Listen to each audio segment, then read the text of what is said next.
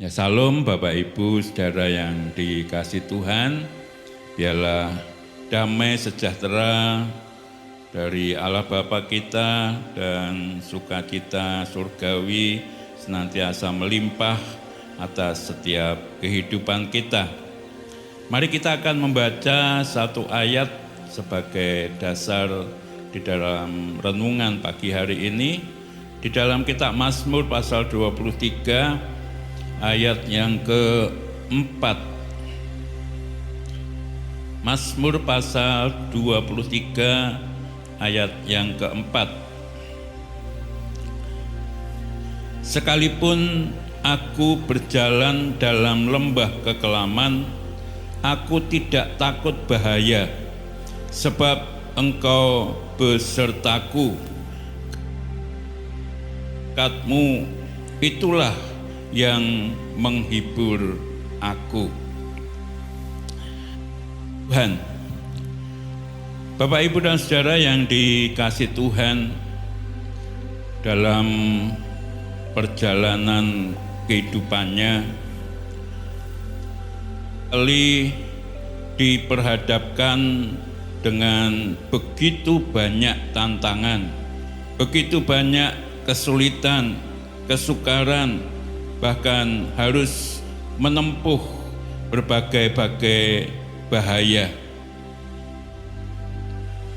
Dikatakan berjalan dalam lembah kekelaman.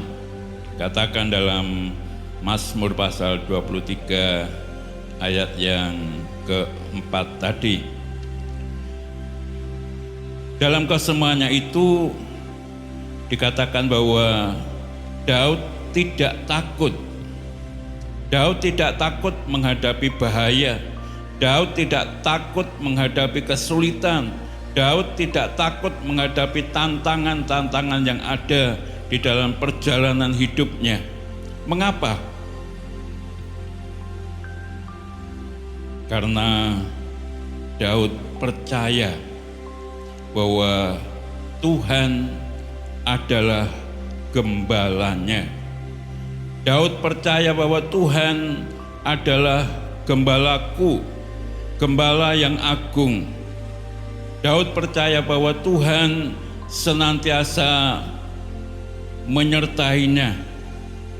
Tuhan yang menjadi pelindungnya, Tuhan yang menjadi penolongnya, Tuhan yang menjadi penghiburnya dikala menghadapi kesusahan, dikala menghadapi bahaya, dikala menghadapi maut. Daud percaya akan hal itu, sebagaimana apa yang diungkapkan oleh Daud ini. Daud bisa melihat bahwa di balik bahaya, di balik masa-masa yang sukar, masa-masa yang sulit yang dihadapinya, di balik krisis yang terjadi, Daud bisa melihat ada peluang, ada kesempatan untuk mengalami pertolongan demi pertolongan yang daripada Tuhan, untuk keluar dari lembah kekelaman itu. Daud bisa melihat, mempercayai bahwa ada kesempatan, ada peluang untuk bisa keluar dari lembah-lembah kekelaman. Bapak, Ibu, dan Saudara yang dikasih Tuhan, demikian pula di dalam kehidupan kita, dalam masa-masa yang sulit, di mana pandemi virus corona yang sudah berjalan kurang lebih 9 bulan di Indonesia ini, yang belum sepenuhnya bisa teratasi, yang belum sepenuhnya bisa tertangani, dan sungguh dampak dari virus corona ini atau COVID-19 ini sangat mendatangkan kesukaran, kesulitan, krisis ya di berbagai-bagai segi kehidupan, baik di bidang ekonomi, di bidang usaha, di bidang pekerjaan, di bidang pendidikan, di bidang kehidupan bersosial, di masyarakat, dan lain sebagainya. Seringkali kita hanya melihat bahayanya saja, bahwa COVID-19 ini mendatangkan satu penyakit yang mematikan, bahkan tanpa ada gejala tiba-tiba kemudian terserang dengan COVID-19 ini, dan tidak sedikit yang kemudian mendatangkan kematian, sekalipun juga banyak yang kemudian bisa disembuhkan. Kita seringkali hanya melihat bahaya yang ditimbulkan dari COVID-19 ini. Akibat-akibat dampak yang ditimbulkan begitu dahsyat, luar biasa, dialami oleh sebagian dari bangsa kita. Tetapi seringkali kita tidak melihat bahwa sebetulnya di balik krisis yang sedang terjadi juga mengandung satu kesempatan yang luar biasa yang bisa kita alami bersama, mengandung peluang yang sangat besar untuk bisa kita alami di dalam setiap kehidupan kita di tengah-tengah krisis yang terjadi pada saat-saat ini. Kalau kita tidak bisa melihat kesempatan yang ada, maka kita akan dicekam oleh rasa ketakutan, keputusasaan, pesimis, kelemahan, dan lain sebagainya, sehingga kita menjadi orang-orang yang tidak lagi punya harapan.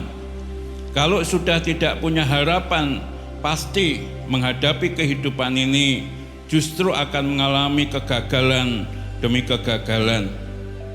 Tetapi jika kita bisa melihat bahwa di balik krisis ada kesempatan, di balik bahaya ada peluang, maka akan membuat kita tetap hidup bergairah, tetap teguh, dan tetap terus berjuang untuk meraih apa yang kita harapkan, sehingga kita akan bisa mengubah kondisi yang krisis yang terjadi di dalam setiap kehidupan kita menjadi satu kesempatan atau peluang yang sangat berharga.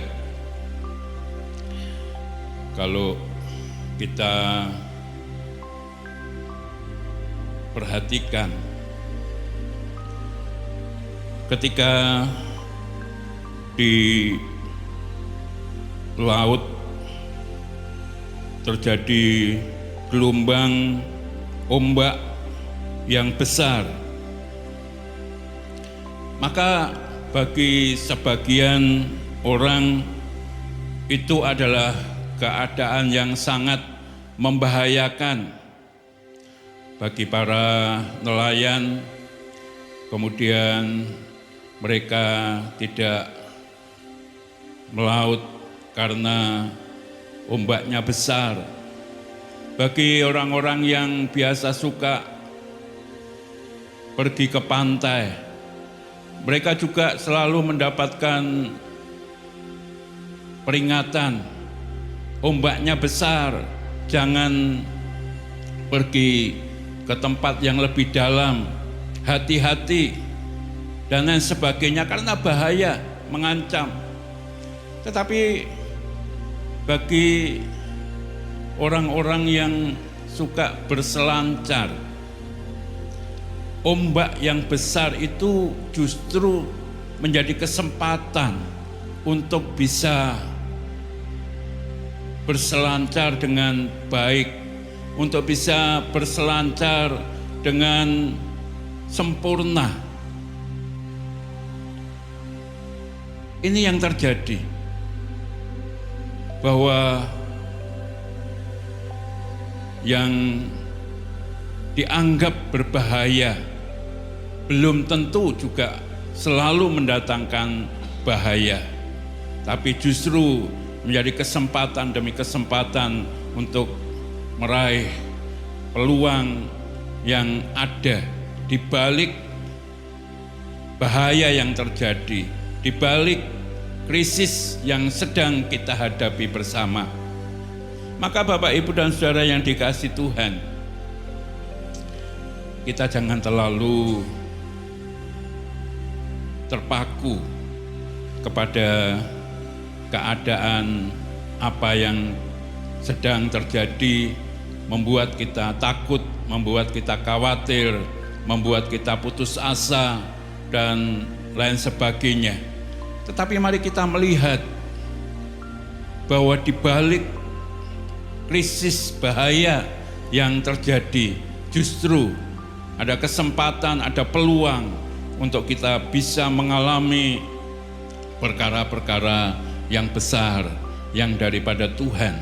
Sebagaimana Daud mengatakan, sekalipun aku berjalan di lembah kekelaman, di lembah kegelapan, di lembah kesukaran, tetapi aku tidak takut.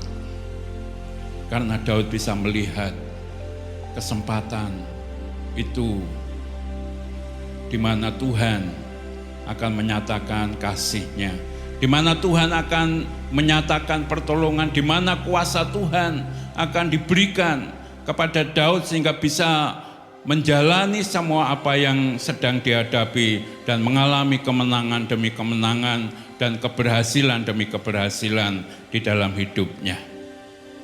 Nah, Bapak, Ibu, dan Saudara yang dikasihi Tuhan, kesempatan apa yang bisa kita raih pada saat kita menghadapi krisis, pada saat krisis itu terjadi di dalam setiap kehidupan kita? Banyak hal yang bisa kita renungkan di dalam kehidupan ini. Yang pertama, ketika kita diperhadapkan dengan krisis, maka ada satu kesempatan untuk kita mengingat dan kembali kepada Tuhan. Saat-saat hidup di dalam kelimpahan, saat-saat hidup ini lancar-lancar saja, saat hidup ini berjalan dengan baik, bahkan usaha pekerjaan sedang naik, kita seringkali lupa atau melupakan Tuhan, mengejar kesenangan duniawi, mengejar kesenangan daging, lupa beribadah kepada Tuhan, lupa menyembah kepada Tuhan, lupa membaca firman Tuhan, lupa berdoa kepada Tuhan. Karena situasi sudah begitu baik, apa yang diperlukan lagi dengan Tuhan? Tapi Bapak, Ibu, dan Saudara yang dikasihi Tuhan, ketika kemudian keadaan tiba-tiba berbalik, itu merupakan kesempatan bagi setiap kita untuk ingat lagi kepada Tuhan, untuk kembali kepada Tuhan. Kita ingat pada zamannya Raja Ahab, di mana pada waktu itu segala sesuatunya berkelimpahan. Maka kemudian hal yang sedemikian melupakan Ahab untuk terus bersyukur kepada Tuhan, untuk terus hanya menyembah kepada Tuhan. Dan pada waktu itu kemudian Ahab tidak lagi setia kepada Tuhan, tapi juga membuat sesembahan lain, menyembah kepada patung-patung berhala dan lain sebagainya. Dan keadaan yang seperti itu kemudian Tuhan mengizinkan terjadi kekeringan yang berkepanjangan dan akhirnya terjadi krisis, kekurangan bahan makan, kekurangan air,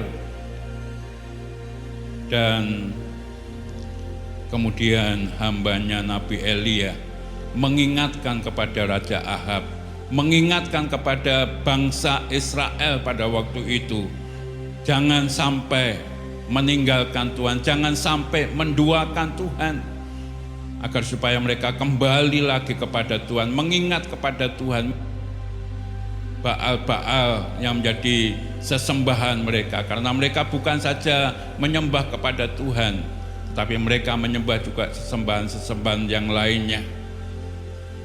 Dan segala sesuatu yang menyebabkan itu semua kemudian dihancurkan, dibinasakan oleh Nabi Elia, dan Ahab mengingat kepada Tuhan, datang kembali kepada Tuhan dan bertobat di hadapan Tuhan. Bapak, Ibu, dan saudara yang dikasihi Tuhan, seringkali kita lupa bahwa segala sesuatu adalah dari Tuhan, oleh Tuhan, dan kita ketika diberi kemakmuran oleh Tuhan, kelimpahan oleh Tuhan, kita lupa bahwa segala sesuatu itu juga hanya untuk kemuliaan nama Tuhan. Maka jikalau Tuhan izinkan kemudian keadaan dibuat menjadi satu krisis, membahayakan, agar supaya ini menjadi kesempatan kepada setiap orang untuk kembali datang kepada Tuhan. Tuhan masih mengasihi kita semua. Dalam masa-masa yang krisis, yang berbahaya atas setiap kehidupan kita, mari kita kembali mengingat kepada Tuhan, agar supaya krisis itu bisa berlalu, masa-masa yang sukar bisa teratasi, oleh karena kita mau kembali kepada Tuhan, bertobat di hadapan Tuhan di dalam setiap kehidupan kita. Tuhan Yesus juga memberikan perumpamaan tentang anak yang hilang. Pada waktu itu anak yang bungsu ini minta bagian warisan dari orang tuanya. Dalam pikirannya nanti akan dikembangkan sedemikian rupa sehingga akan cepat berkembang dan cepat berlipat kali ganda. Tetapi apa yang terjadi? Mereka ketika sudah menerima warisan, mendapatkan kekayaan yang begitu luar biasa banyaknya, kemudian pergi dari rumah bapaknya. Dan apa yang terjadi? Kekayaan yang dimilikinya bukan kemudian dikembangkan untuk hal-hal yang positif, tetapi dikatakan bahwa kemudian untuk berfoya-foya, untuk main-main, untuk kesenangan-kesenangan duniawi, hanya untuk kepentingan-kepentingan secara daging, dan akhirnya kekayaan yang begitu banyak, luar biasa dari warisan orang tuanya dalam waktu sekejap bisa habis. Dan kemudian anak ini untuk bisa mendapatkan makan, dia bekerja pada seorang yang berternak babi. Diharapkan dari situ masih bisa melanjutkan hidupnya. Tapi di situ pun ternyata tidak bisa mendapatkan seperti yang diharapkan. Karena untuk makanan yang biasa dimakan oleh babi pun tidak diperbolehkan oleh tuannya. Dan saat-saat krisis seperti itu, dia ingat kepada Tuhan, kepada bapaknya, bahwa di rumah bapakku banyak sekali pelayan-pelayan dan mereka bebas untuk makan. Aku di sini mengalami kesulitan, mengalami kelaparan, mengalami krisis. Dan kemudian dia berkomitmen, aku akan kembali kepada Bapa. Aku akan minta ampun kepada Bapa. Sekalipun tidak dianggap sebagai anaknya pun tidak menjadi masalah. Asalkan aku masih bisa menghidupi kehidupanku ini. Bapak, Ibu, dan saudara yang dikasihi Tuhan, masa-masa yang krisis mengingatkan kepada kita untuk kembali kepada Sang Khalik, Sang Pencipta kita, Tuhan Yesus, yang sangat mengasihi kita, yang peduli kepada kita. Maka dalam keadaan apapun, dalam situasi yang bagaimanapun, seorang anak ini kembali kepada bapaknya, dan bapaknya sudah menunggu, menanti-nantikan ketika masih dalam jarak jauh. Bapaknya sudah tahu bahwa itu adalah anaknya, sekalipun kondisinya sudah compang-camping, kotor dan lain sebagainya. Tapi bapaknya tetap menerima, memeluknya, membersihkan tubuhnya, bahkan kemudian memakaikan cincin dan pakaian yang bagus dan dipestakan. Bukankah di rumah bapaknya segala sesuatu ada? Maka Bapak, Ibu, dan saudara yang dikasihi Tuhan, mari dalam masa-masa yang krisis kita kembali kepada Tuhan. Tuhanlah yang menjadi gembala kita, kata Raja Daud. Tuhanlah yang menjadi pemelihara setiap kehidupan kita. Dan Tuhanlah yang menjadi jaminan di dalam setiap kehidupan kita. Di dalam Tuhan pasti kita akan mengalami pemulihan demi pemulihan dari segala perkara. Kita bisa menyelesaikan krisis demi krisis yang sedang terjadi. Semua hanya oleh karena Tuhan. Maka kembalilah kepada Tuhan, percayalah hanya kepada Tuhan, dan ingatlah kepada Tuhan.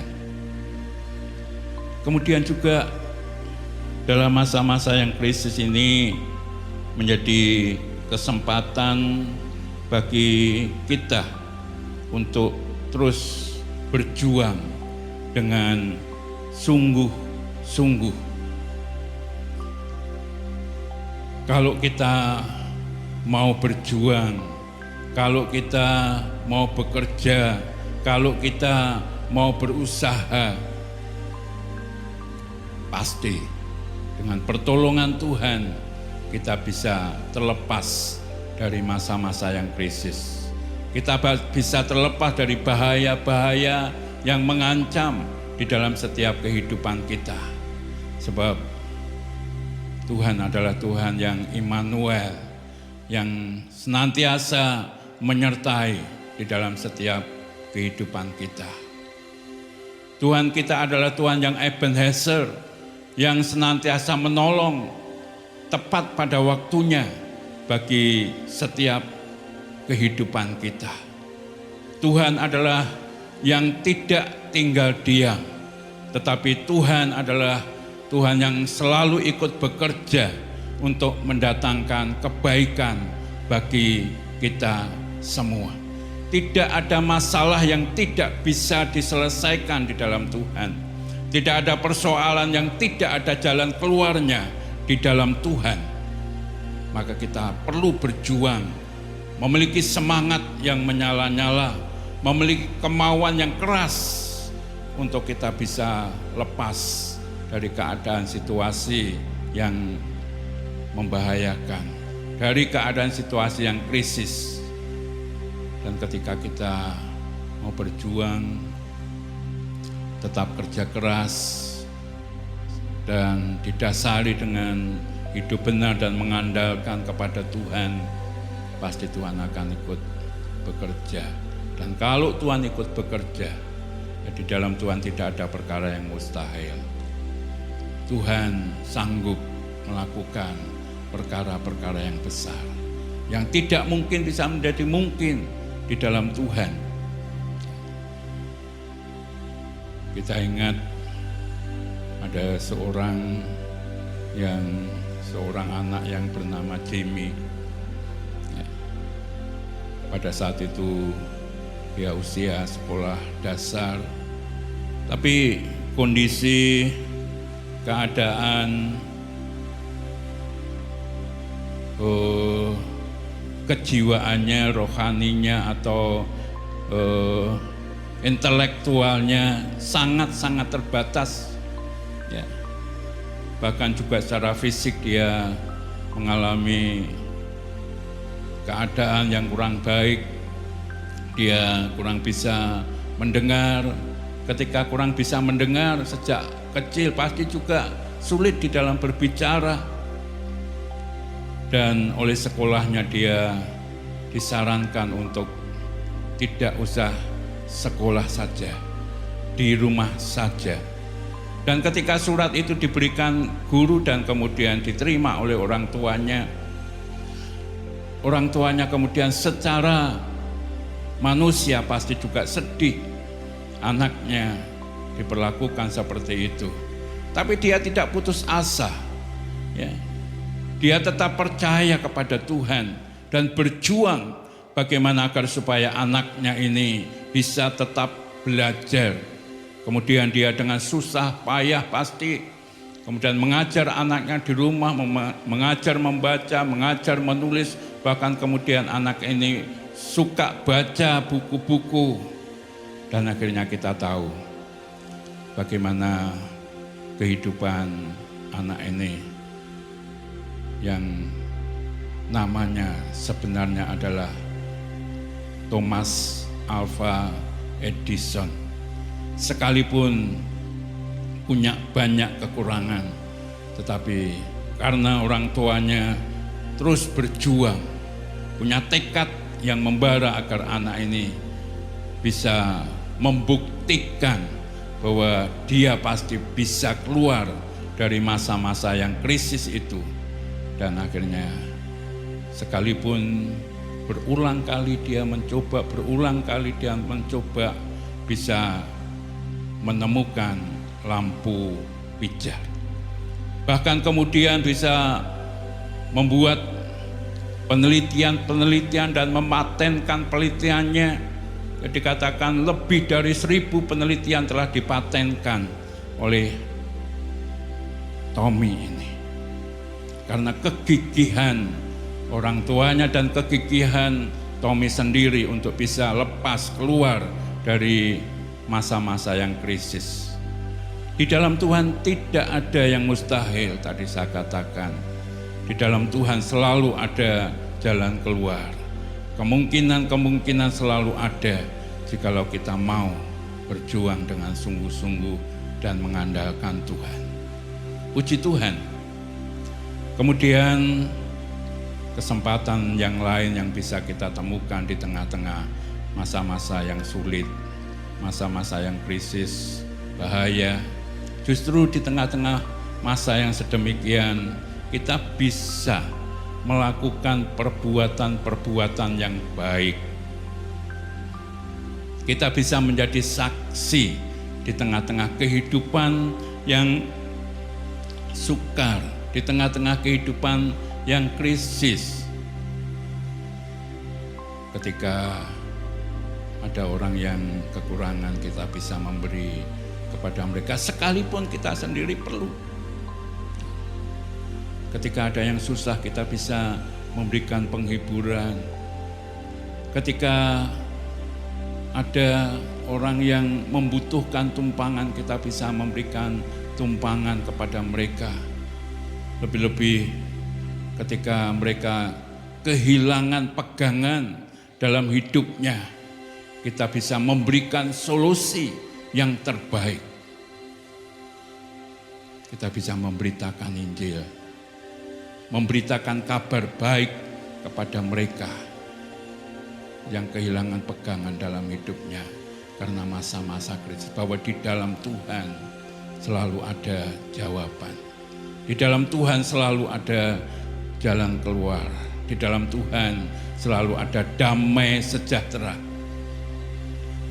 Ada kesempatan bagi kita untuk menjadi saksinya. Ada kesempatan bagi kita untuk menjadi terang, menjadi garam di tengah-tengah masa-masa yang sulit ini. Dan masih banyak lagi Bapak Ibu dan Saudara yang dikasih Tuhan, kesempatan, peluang untuk kita bisa meraih sesuatu yang berguna, baik bagi diri kita sendiri, tapi lebih-lebih bagi orang lain, lebih-lebih bagi keagungan dan kemuliaan nama Tuhan. Oleh sebab itu, Bapak Ibu dan Saudara yang dikasih Tuhan, mari sebagaimana Daud mengatakan, sekalipun aku berjalan dalam lembah kekelaman, aku tidak takut bahaya, karena Tuhan selalu beserta dengan aku.